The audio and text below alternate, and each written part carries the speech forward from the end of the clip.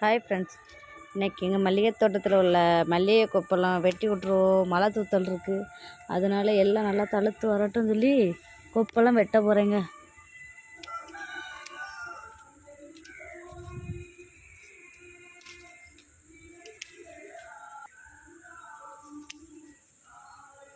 இதில் ஒரு மொட்டு வந்திருக்கு, அதனால் விட்டுருவோம்.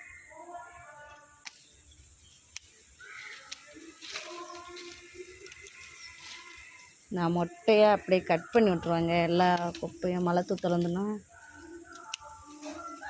அடுத்த தழுவு வந்து அதில் மொட்டு வைக்கும்.